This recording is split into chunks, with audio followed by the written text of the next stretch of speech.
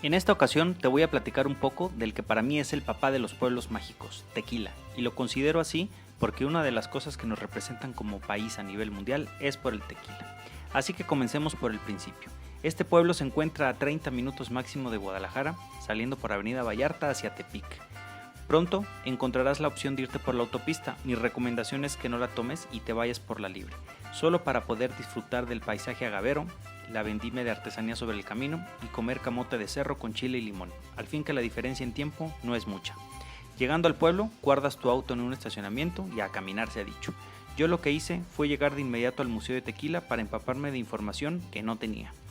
También puedes ver artículos antiguos que se usaban para la fabricación del tequila, donados por supuesto por las fábricas más grandes de la región. También hay una exhibición de todas las marcas de tequila y explicación del por qué son blancos, reposados, añejos, cristalinos y otras tantas que no conocemos. En la exhibición hay cosas interesantes como la botella de tequila más grande del mundo fabricada de vidrio soplado. De hecho, el mismo museo está habilitado donde alguna vez fue una fábrica de tequila. En este punto aún no corre el tequila por las venas. Ya en el centro, la visita obligada al Palacio de Gobierno te dejará asombrado por los murales y los edificios originalmente de pueblo. Pero bueno, estamos en Tequila, que como todos sabemos es sinónimo de fiesta y folclore. En la explanada del centro, además del tradicional kiosco, están instalados una buena cantidad de artesanos comerciantes que venden cosas que no encontrarías ni en Tlaquepaque. Por lo que sí es importante que te lleves unos cientos en efectivos disponibles para gastar en recuerditos. También abundan los puestos de cantaritos hechos con base a la espirituosa bebida y jugos cítricos. El show principal se lo roban los voladores de Papantla, que por si no sabías son originarios de Veracruz, y la milenaria danza aérea es para evocar la fertilidad de la tierra. Ellos tienen su escenario en el centro de todo el movimiento, entre la explanada y el Templo La Purísima, parroquia dedicada a Santo Santiago Apóstol, patrono de los pueblos de la región. La iglesia es un pequeño edificio construido en el siglo XVI y remodelado en 1940, un sitio que debes visitar sí o sí.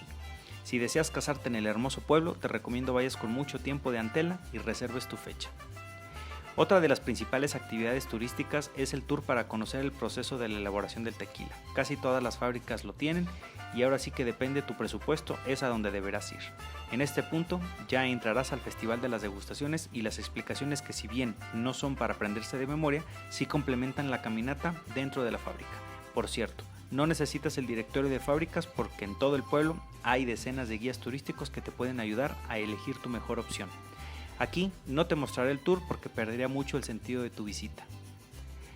Después de platicar con algunos productores, concluí que para tequila destilado es mejor que consumas el que te cae mejor. Ya para tequilas saborizados sí compres el artesanal, que se venden en casi todas las tiendas. Hay jarabes de agave saborizados que al menos los que probé son excelentes como digestivos. Pero como siempre, la mejor elección es la tuya.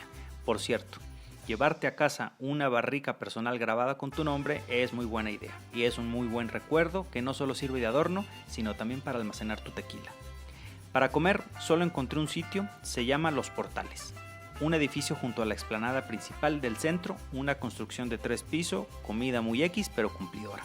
Yo elegí la azotea, desde donde se puede tener una agradable vista panorámica, pero como te cuento, los tradicionales cantaritos saben mejor a ras de explanada, donde hay música, ambiente turístico y hasta las tradicionales letras gigantes que forman el nombre de Tequila para la foto del recuerdo.